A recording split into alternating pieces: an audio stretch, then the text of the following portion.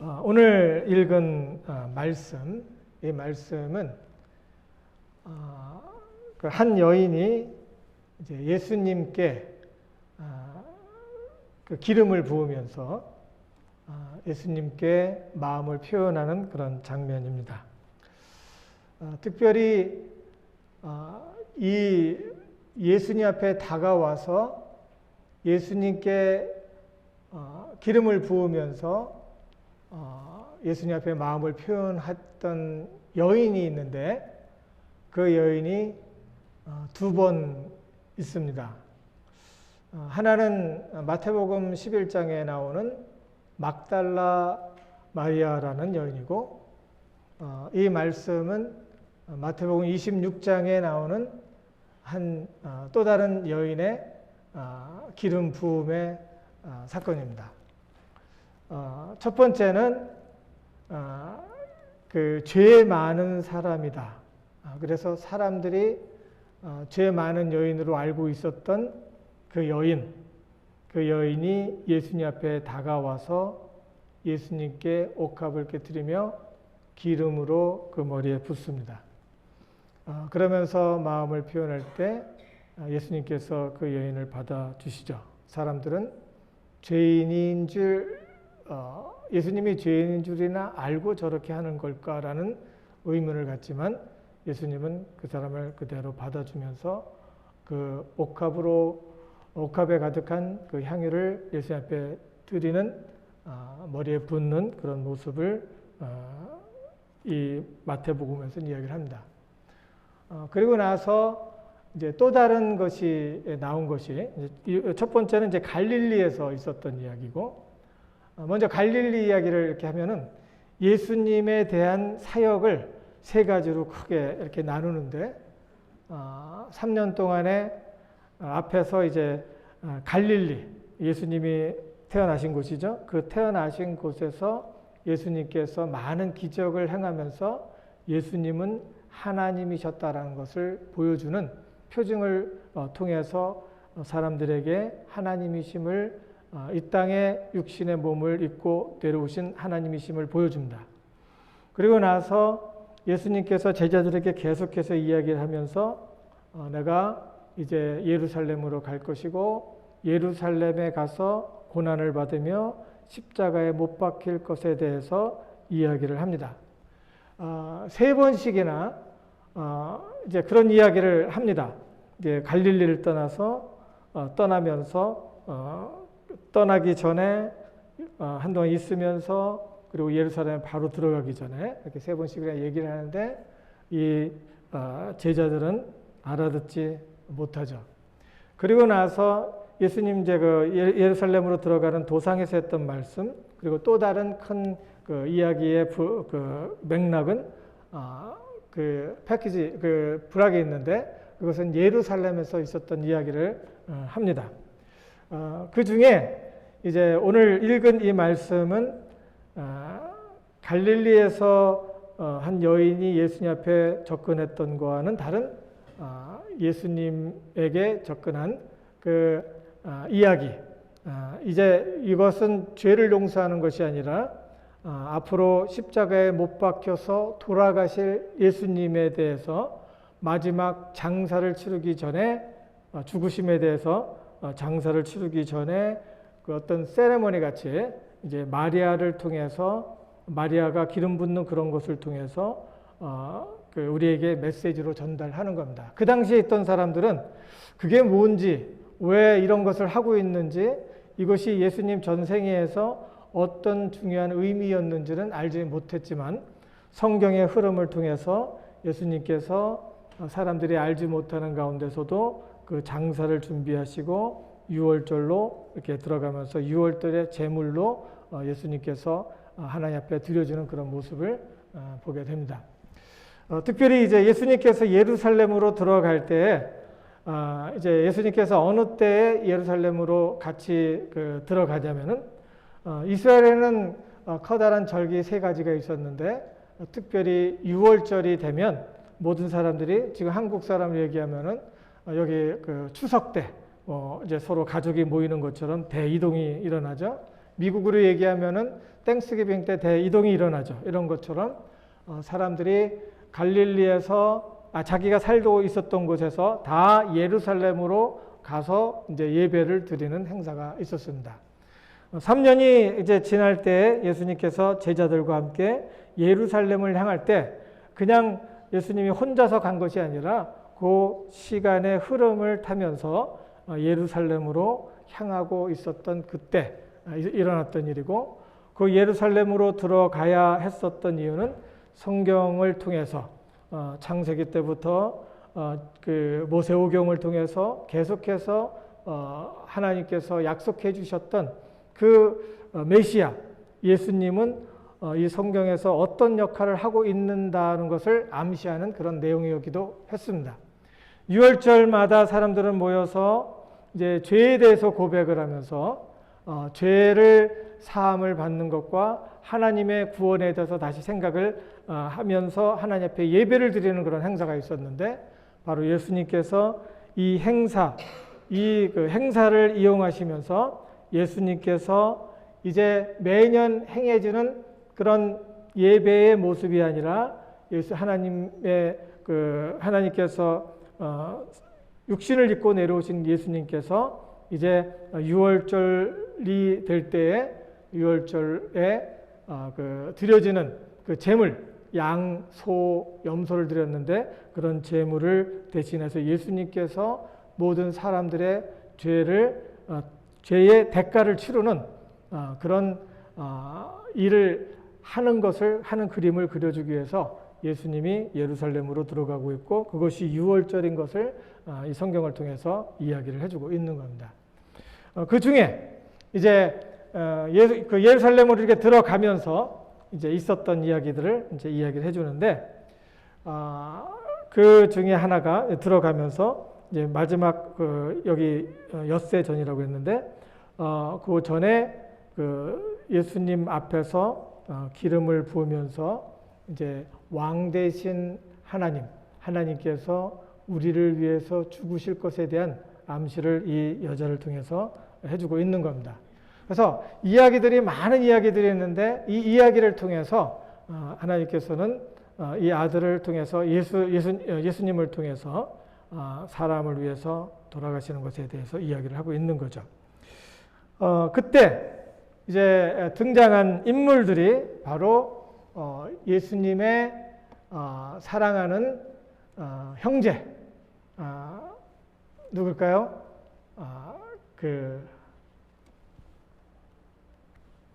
지금 마르다, 마리아, 그리고 나사로, 죽은 나사로와 연결을 짓고 있는 거예요.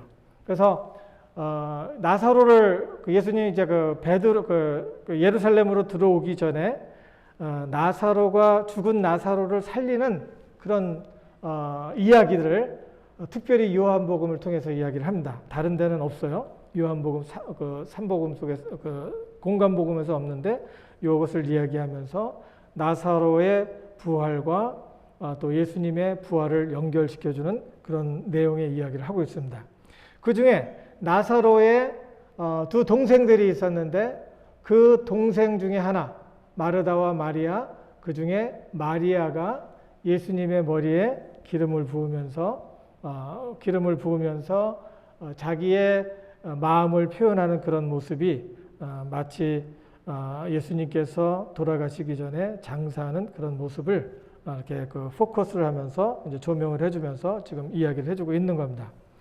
그래서 이제 구체적으로 들어가서 무슨 말씀이 있는지 한번 보도록 하겠습니다. 우리가 지금 읽은 말씀인데, 요한복음 12장 1절에 같이 보면 한번 같이 읽어볼까요? 시작. 유월절 엿새 전에 예수께서 베다니에 가셨다. 그곳은 예수께서 죽은 사람들 가운데 살리신 나사로가 있는 것이다. 그래서 나사로와 예수님을 연결시키는 것을 1절을 통해서 볼 수가 있습니다. 부활을 보여주셨던, 그러니까 사람의 죽음과 죽었던 사람을 살리셨던 그런 모습을 보여주고, 그 부활을 보여주시면서 예수님도 그렇게 될 것이다라는 것을 이제 이야기를 연결을 시키는 거예요. 그래서 죽으신 사람 가운데 살리신 나사로가 있었던 곳이다라고 이야기를 하고 있고요. 2절에 같이 읽겠습니다. 시작. 거기서 예수를 위하여 잔치를 베풀었는데 마르다는 시중을 들고 있었고 나사로는 식탁에서 예수와 함께 음식을 먹고 있는 사람 가운데 끼어 있었다. 다른 그 마태복음과 마가복음에 똑같은 이야기가 나와요. 그런데 표현들이 좀 달라요. 그러니까 어떤 사람은 이 성경이 좀 맞지 않는 거 아니냐. 이쪽에서는 이렇게 말하고 저쪽에서는 저렇게 말하고 이쪽에서는 이렇게 말하는데 다른 것이 아니냐라고 하면서 이제 성경을 어떻게 믿을 수 있겠느냐라고 이야기를 하는데 그걸 바꿔서 이야기하면은 거기에 반증하는 게 뭐냐면은 다른 사람들이 다른 곳에서 다른 공간에서 다른 시간에 말씀을 기록했는데 그 말씀의 주제가 같은 거예요.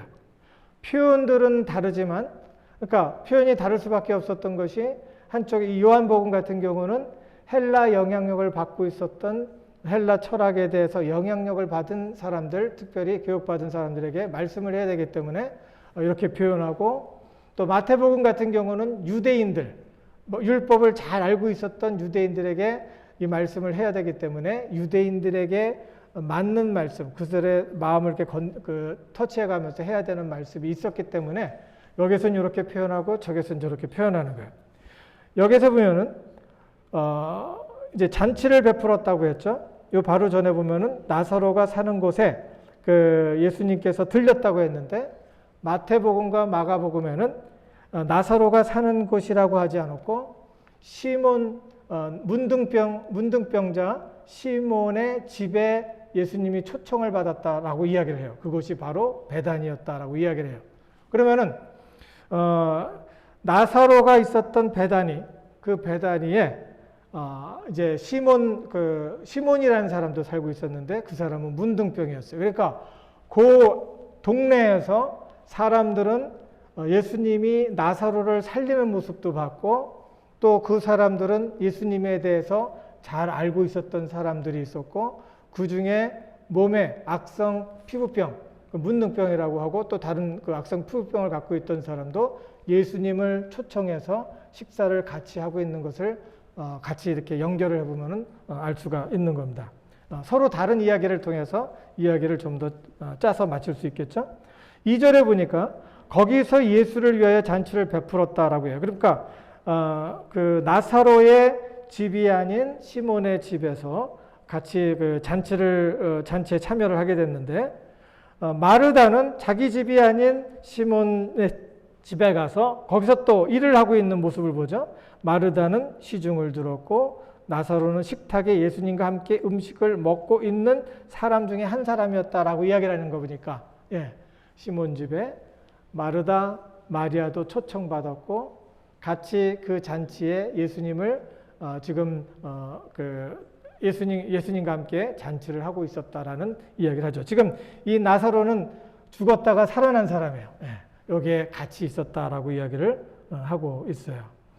그 중에 한 사람으로 끼어 있었다라고 하니까 이곳이 나사로는 거기에 참여한 사람 중에 한 사람이었구나라는 걸 보죠.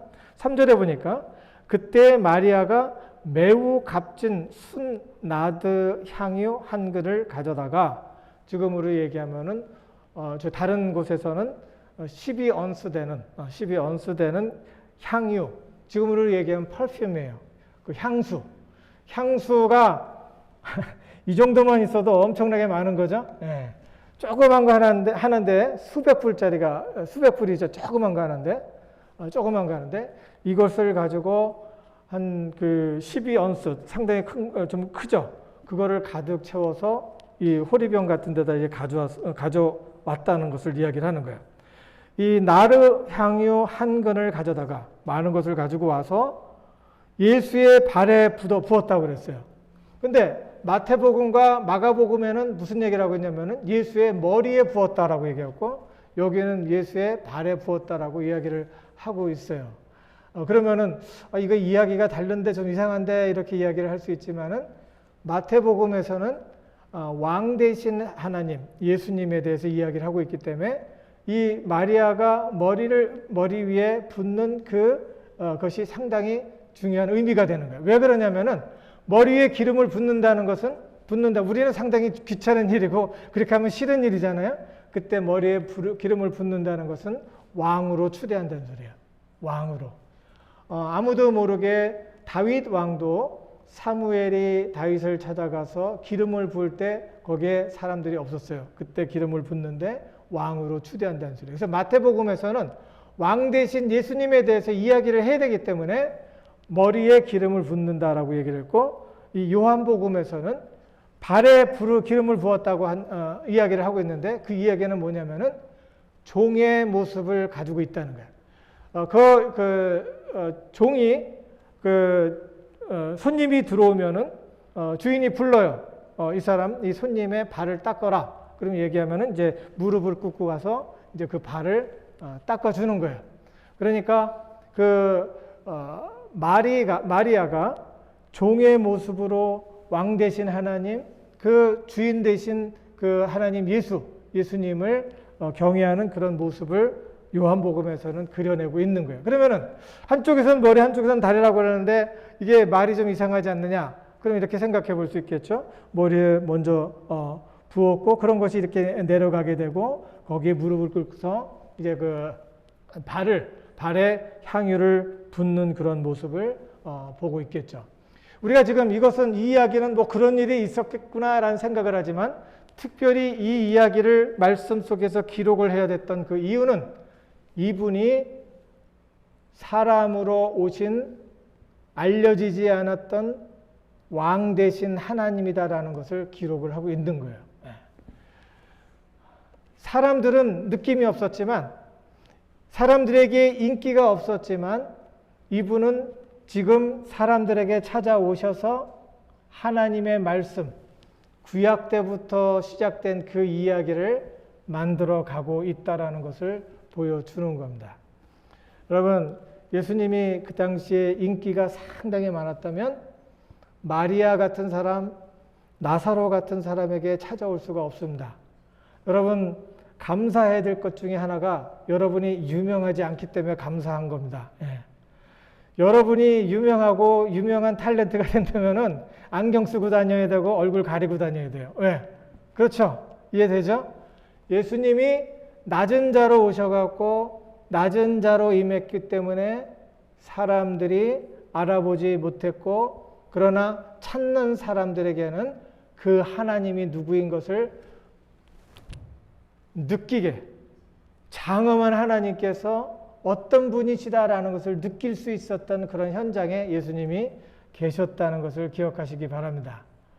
여러분, 이 자리에 예수님을 찬양하며 하나님을 찬양하기 위해서 하나님께서 여러분을 초청하시고 여러분이 순종해서 이 자리에 온 것은 하늘의 영광이요 이 땅에는 평화인 줄을 믿으셔야 돼요. 아멘? 예, 어떤 분은 저의 얼굴을 보면서 오셔갖고 저한테 막 그냥 이렇게 내가 그래도 오늘 주일 와줬다라고 이야기하시는 분이 있는데, 저는 그거 갖고 아무 느낌이 없습니다.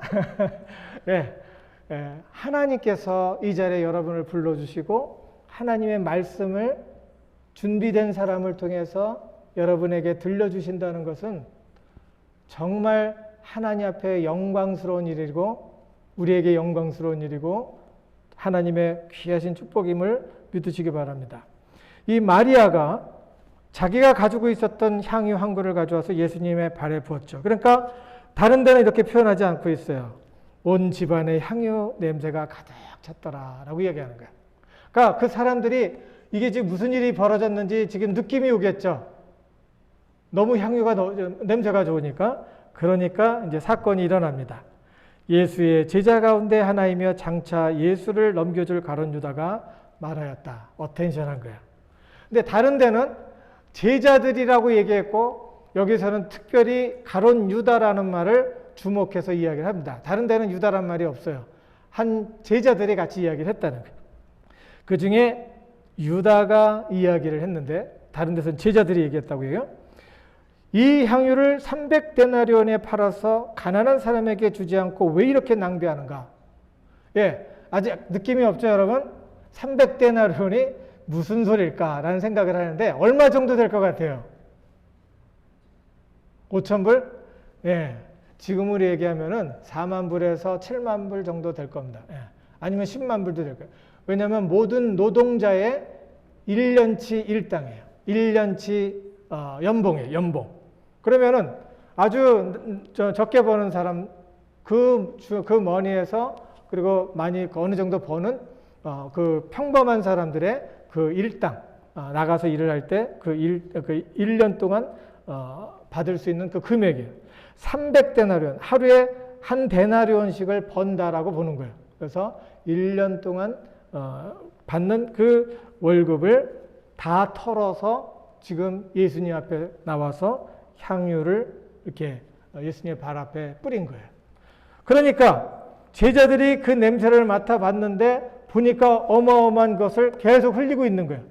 그러니까 제자들이 이야기를 하죠. 왜 이렇게 많은 것을 너는 낭비하고 있느냐 이야기를 합니다. 여러분은 그 자리에 있었다면 어떻게 반응했을 것 같아요?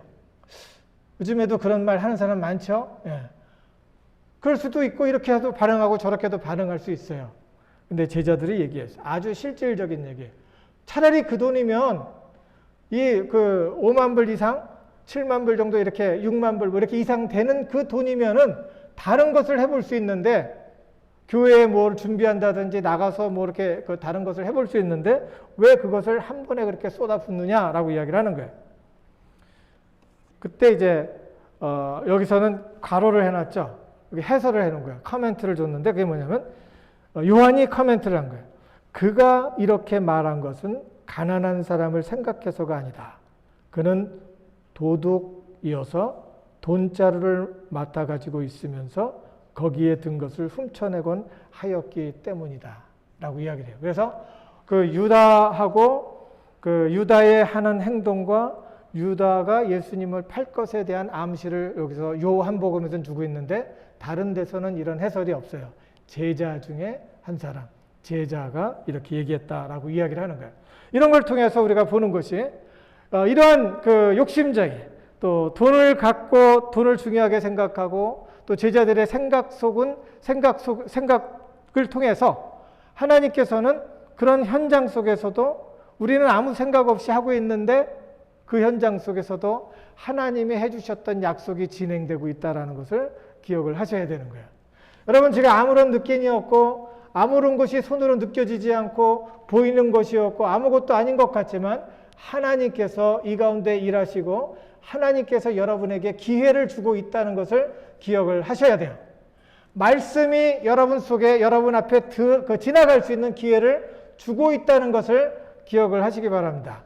우리는 모르지만 하나님께서는 계속해서 반복적으로 우리에게 기회를 주시고 크고 비밀한 것, 세상에서 경험하지 못했던 것을 느끼고 경험하고 체험할 수 있도록 내가 믿음을 가지고 그것을 믿고 의지하면 체험할 수 있는 것들이 많이 있는데 나도 모르게 놓치고 있는 것들이 많다는 것을 기억을 하시기 바랍니다. 어쨌든 가룟 유다는 그 앞에 이런 일들을 진행하고 있었고 예수님은 그런 속에서도 예수님의 계획하신 것, 하나님이 창세 이전부터 계획하신 것을 진행하고 계셨다는 것을 우리 말씀을 통해서 보여주고 있습니다.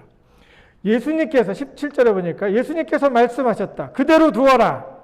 그는 나의 장사한 날에 쓰려고 간직한 것을 쓴 것이다. 예. 장사에 대해서 이야기를 하죠. 이 마르다가 가만히 이렇게 알고 보니까 예수님은 그 마음을 알고 있는 거예요. 이 사람은 내가 한 이야기를 진지하게 들었고 나의 장사가 무엇인지 알며 십자가에 못 박혀서 죽을 것에 대해서 알고 있었고 이 사람은 이것을 준비하고 있는 것이다 라고 이야기를 해요. 요 전에 예수님께서 제자들과 이 마르다에게도 다 이야기를 했어요. 3번씩이나 이야기를 했는데 제자들은 느낌이 없었어요. 그런데 이 마르다는 그것을 캐치를 한 거예요. 그리고 그 다음에 그 동네에서 들려주는 소문이 뭐였냐면은 이 종교 지도자들이 이 나사로를 죽은 자를 살린 것으로 인해서 사람들이 동요를 하면서 예수를 막 따라다니기 시작하니까 정치적으로 혼란스러워질 수 있겠다. 그래서 예수를 죽여야 되겠다라고 생각했고 그 소문이 입 바깥으로 나가서 그 동네 사람들이 알고 있었던 거야. 다는 몰랐지만 마리아는 그것을 알고 있었던 겁니다. 그래서 그것을 알고 그것을 준비하면서 자기가 가장 소중하게 여겼던 것을 깨고 이렇게 드릴 수가 있었던 거예요. 여러분 그 자리에 있었다면 예수님 앞에 그런 마음을 표현할 수 있었을까요? 예, 사랑과 관심은 내가 찾은 만큼 관심을 갖게 돼 있습니다. 사람이요, 지금 이렇게 눈을 뜨고 다 보지만은 사람이 보는 것은 자기가 관심 가진 것만 봅니다. 자기가 해본 것만 보고 자기가 할 수 있다라는 것만 초점을 두고 자기가 갖고 있는 것에만 초점을 둡니다. 이 마르다는 우리가 같이 했죠. 나는 부활이요 생명이니 나를 믿는 자는 죽어도 살겠고 무릇 살아서 나를 믿는 자는 영원히 죽지 아니하리니 내가 이것을 믿느냐. 이 마르다가 한 얘기예요. 그러나 함께 있었던 마리아는 그 사실을 믿고 그분이 하나님이신 것을 인정하고 그 하나님 앞에 사람으로 오신 그 하나님 앞에 무릎을 꿇고 기름을 부으면서 당신이 왕이십니다. 당신의 그 왕을 장사를 준비합니다. 라고 이야기를 한 거예요. 마음으로 표현한 거예요. 그것을 예수님께서는 캐치하신 거예요. 우리가 어떤 작은 일이 있어도 우리가 하나님 앞에 내 마음과 생각을 드릴 때 그분이 나의 왕이시고 나의 하나님이시다라는 것을 고백할 때 하나님께서는 그 마음을 읽고 계신다는 것을 기억하시기 바랍니다. 하나님께서는 내가 하고 있는 모든 것들에 보상을 해주신다는 것을 기억하시기 바랍니다. 가난한 사람들은 언제나 너희와 함께 있지만 나는 언제나 너희와 함께 있지 아니하다. 지금 이것은 세레모니니까 너희는 이것을 기억하고 기념하라는 이야기를 합니다. 그 다음에 여기에서 교훈을 통해서 우리가 여기서 이제 교훈을 보면은 사람들마다 예수님을 향한 의미가 다르다는 거예요. 같은 일이 진행되고 있고 하나님의 사건이 지금 우리 가운데 진행되고 있음에도 불구하고 어떤 사람은 그 하나님을 보면서 그 예수님의 흔적을 보면서 성령 역사하심을 보면서 이것이 하나님께로부터 하늘로부터 온 하나님의 음성이다라는 것을 알아보는 사람이 있는가 하면 그렇지 못한 사람이 있는 거죠. 마리아는 예수라는 사람이 메시아 그리스도라는 것을 알고 있었어요. 그리고 그 사람은 그 메시아를 기다리며 그 메시아를 예수를 통해서 만났고 그 메시아는 구원을 주시는 하나님이심을 믿었던 사람입니다. 여러분, 우리가 하나님을 믿을 때 우리 삶 속에서 하나님께서는 우리 삶 속에서 궁지와 어두움과 절망과 그리고 힘들고 그 흑암, 악한 그런 상황 속에서 우리를 건져내시는 구원자 하나님이심을 믿으셔야 돼요. 그분은 죽은 자도 살리시고 하나님이 세상을 이처럼 사랑하사 나를 사랑하사 독생자를 주신 하나님이심을 믿으셔야 돼요. 그러면 내 마음을 다해서 그 하나님을 향할 수 있게 되고 그 하나님은 나와 함께 한다는 그런 마음, 그런 관계를 통해서 나는 어떤 상황에서든지 담대하게 살 수 있게 되는 줄을 믿습니다. 다른 사람이 볼 때는 당신 환경과 처지를 보니까 꽝이야. 당신의 상황과 처지를 보니까 당신처럼 살고 싶지 않아 라고 이야기하는 그 현장 속에서도 하나님을 믿으니까 그 현장 속에서도 감사하고 하나님을 찬양하고 사람을 대하는 넉넉한 마음을 가지고 있고 사람들과 잘 어울리는 그런 모습을 보여주는 사람들이 있더라고요. 그게 하나님의 구원이 임하면 하나님의 구원의 하나님이 그들에게 임하게 되면 하나님께서 그것을 느끼고 경험하고 체험하고 넘어질 수밖에 없고 흑암의 권세, 사망의 음침한 그 골짜기 속에서도 그 사람의 마음속에 얼굴에 환한 꽃이 피어날 수 있게 되는 줄을 믿습니다. 그는 마리아는 다 드렸는데도 그 마음속에 기쁨이 있었고 그 마음속에 즐거움이 있었어요. 마리아에게는 구원의 하나님이었어요. 근데 마르다도 메시아 하나님을 알고 있었지만 그 마르다는 뭘 하고 있다고 그랬어요? 음식을 위해서 바빴다고 하고 있어요.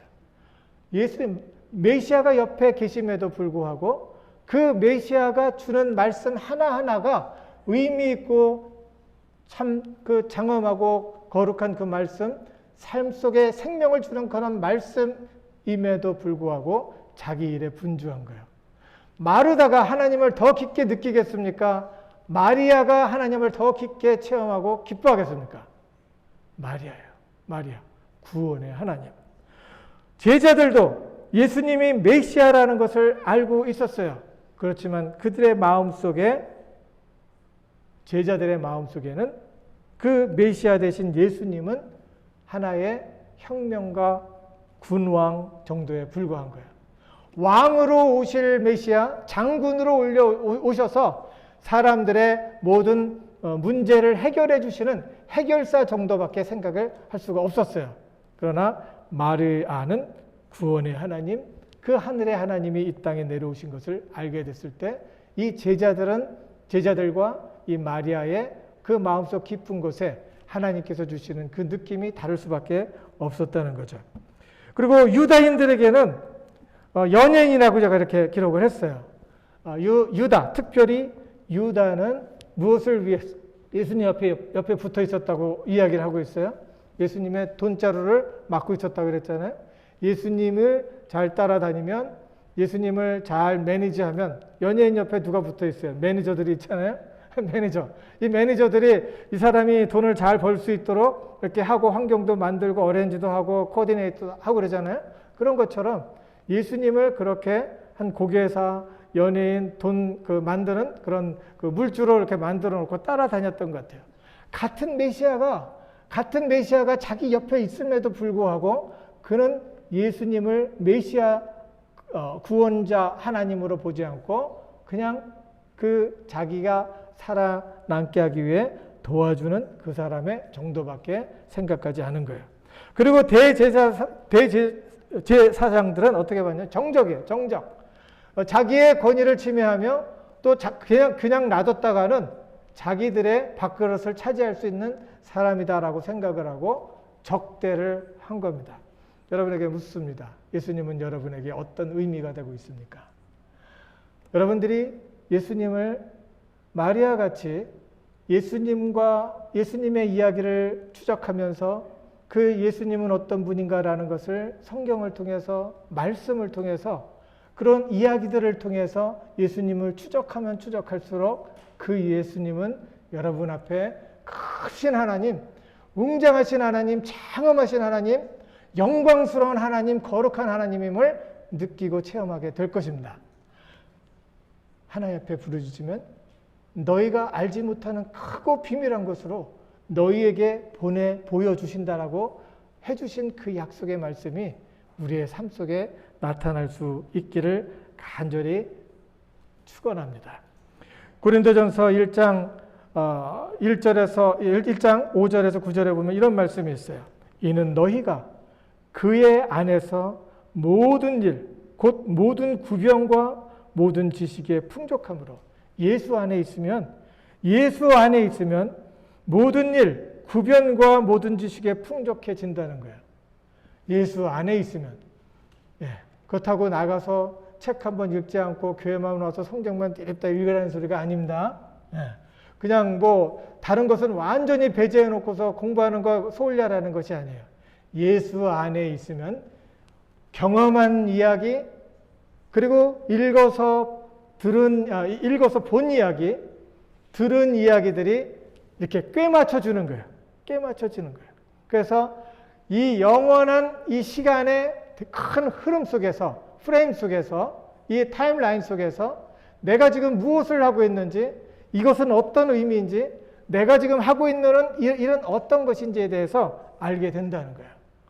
예수님을 알고 하나님의 창조를 알고 그 창조 때부터 우리를 향해서 계획하신 것, 그리고 또 우리에게 다가오시는 것을 알고 그 예수님께서는 나를 엄청나게 사랑하시고 나의 존재에 대해서 엄청나게 자기의 생명을 죽게까지 할 정도로 큰 내 생명의 가치를 이렇게 중요하게 소중하게 생각하시는 그런 분이 있다는 것을 믿을 때, 그리고 또 하나님의 형상대로 나도 지음받고 옆에 있는 사람에 대해서 지음받았다는 것을 알게 될 때 사람들 앞에 리스펙트 안 할 수가 없죠. 이러면서 모든 것들이 나와 내 주변에 있는 사람, 하나님과 다 연결되는구나라는 것을 보게 될 때 구변과 할 수 있는 말과 지식에 풍족하게 되어진다는 거예요.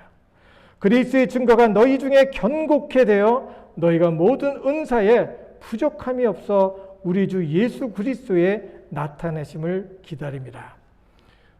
지금 현재만 있는 게 아니라 미래를 향해서 이렇게 가고 있는, 미래의 꿈도 있고 희망이 있는 그런 사람임을 이야기를 해주고 있어요. 주께서 너희를 우리 주 예수 그리스도의 날에 책망할 것이 없는 자로 끝까지 경고케 하시리라. 내가 거룩한 사람으로 보존된다는 게 얼마나 중요한지 몰라요. 거룩한 것 쉬운 말로 제가 항상 얘기하는 게 있죠. 건강한 거예요. 건강한 관계를 갖고, 하나님과의 건강한 관계를 갖고, 사람과의 건강한 관계를 갖고, 물질과의 건강한 관계를 갖고, 육체의 건강한 모습으로 하나님 앞에 거룩한 모습으로 갈 수 있도록 하나님께서 우리를 보존하시고 우리를 견고케 하셔서 흠없는 자로 우리가 세상을 풍성하게 살 수 있도록 인도해 주신다는 거예요. 너희를 불러 그의 아들 예수 그리스도 우리 주로 더불어 교제케 하시는 하나님은 미쁘시도다.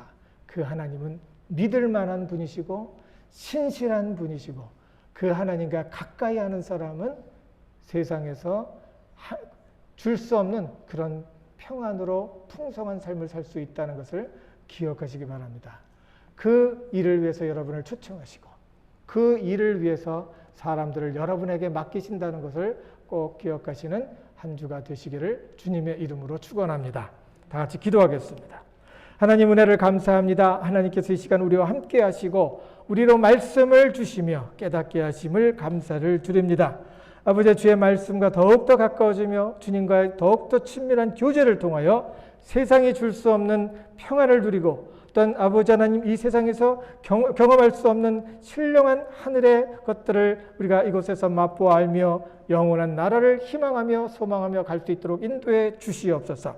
이것에서 하나님께서 주시는 거룩한 삶, 또한 풍성한 삶을 누릴 수 있도록 인도하시고, 아버지 하나님 주님께서 함께 하시며 도우시는 귀하신 은혜와 역사를 경험하며 체험할 수 있도록 축복해 주시옵소서.